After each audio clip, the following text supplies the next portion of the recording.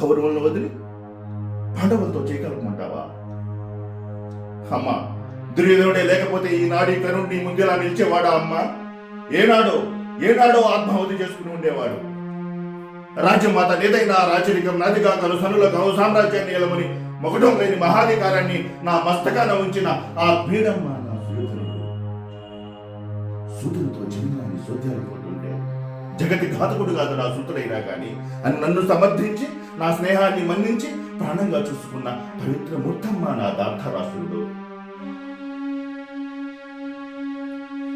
పాండవులతో సమరానికి సుయోధనుడికి సైన్యం ఎంత అంటే ఇంత అని కర్ణుడే నా బలం, నా సైన్యం, నా ధైర్యం, నా జనం, నేనే కర్ణుణ్ణే నేను అని చాటిన మహా మనసుడమ్మ నా రారాజు. తన భార్య కుటుంబాన్ని నా తొందరపాటును కూడా స్వీకరించి నా పక్షాన భార్యకు క్షమాపణ చెప్పుకున్న స్నేహమూర్తమ్మ నా కౌరవాన్వయుడు. అలాంటి రారాజును విడిచి పాండవులతో చేయగలిపి నెయ్యాన్ని కయ్యం చేసుకునే అంత మందండి కానమ్మా.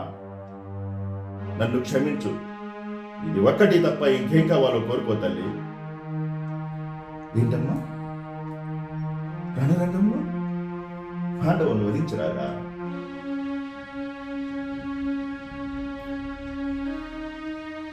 కుతుకులు కత్తిరించి కోకిలను పాడమంటున్నావా తల్లి? కూరలు తీసేసి నలతరాజును కాటేయమంటున్నావా అమ్మా?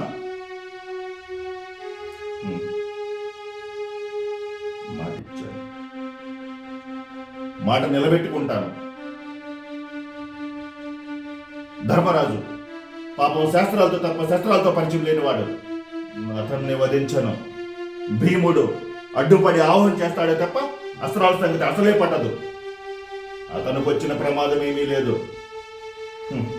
మాద్రేయులు వచ్చి రాని వయస్సు, మా అస్త్రాభ్యాసం అంత లేదు వారి ప్రాయం. వారిని వధించుట మాకే అవమానం. ఇక మిగిలింది అర్జునుడు, అనిరుద్ధం పంచరుడు.